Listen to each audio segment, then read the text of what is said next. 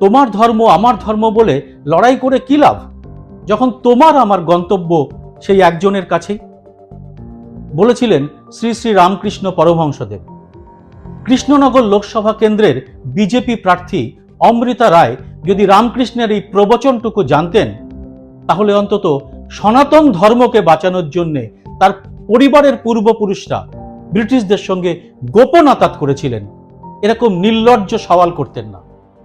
তার পরিবারের পূর্বপুরুষ ব্রিটিশদের সঙ্গে গোপন আতাত করে দেশকে অবর্ণনীয় বিপদের মধ্যে ফেলে যে ভুল করেছিলেন, সেজন্য তার নিঃশর্ত ক্ষমা চাওয়া উচিত ছিল।